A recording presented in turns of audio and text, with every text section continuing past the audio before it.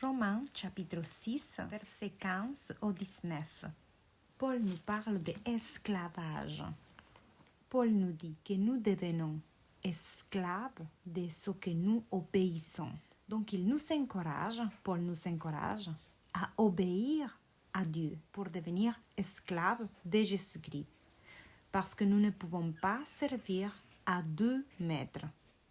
Ce qui est très intéressant dans l'enseignement de Paul, c'est qu'il ne donne pas une troisième alternative. Quoi qu'il en soit, on sert quelqu'un.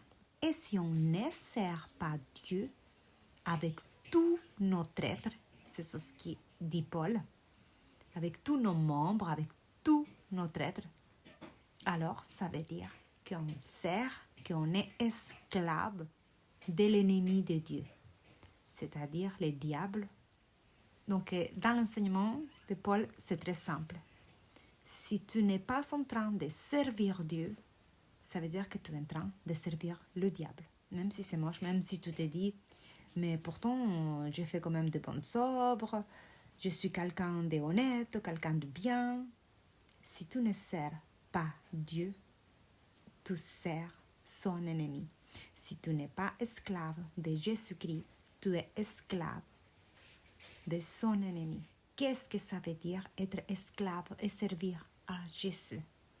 C'est vraiment très simple et je le résume toujours au fait de glorifier Dieu. Qu'est-ce qui dit que je suis en train de servir Dieu, que je suis en train d'être esclave de Christ?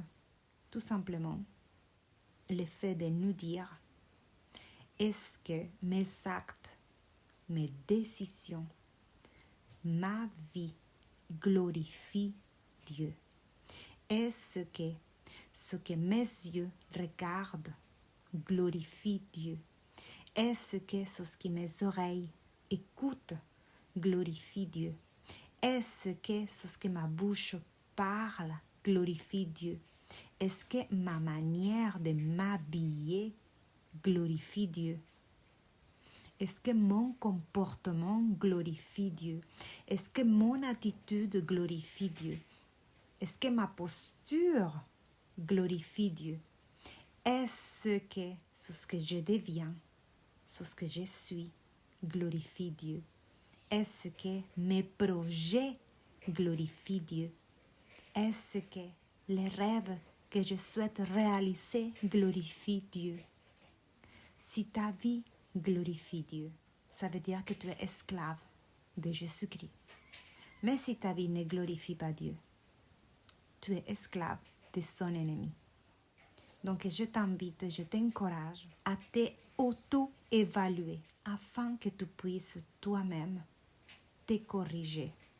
Corriger les domaines de ta vie qui ont besoin d'une attention particulière pour les ajuster, pour les remettre au service de Dieu, à l'esclavage de Jésus-Christ.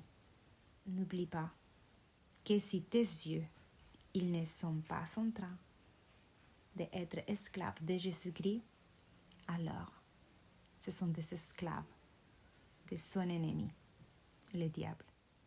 Si tes oreilles ne sont pas esclaves de Jésus-Christ, alors elles sont esclaves de son ennemi. Paul ne nous laisse pas une troisième possibilité.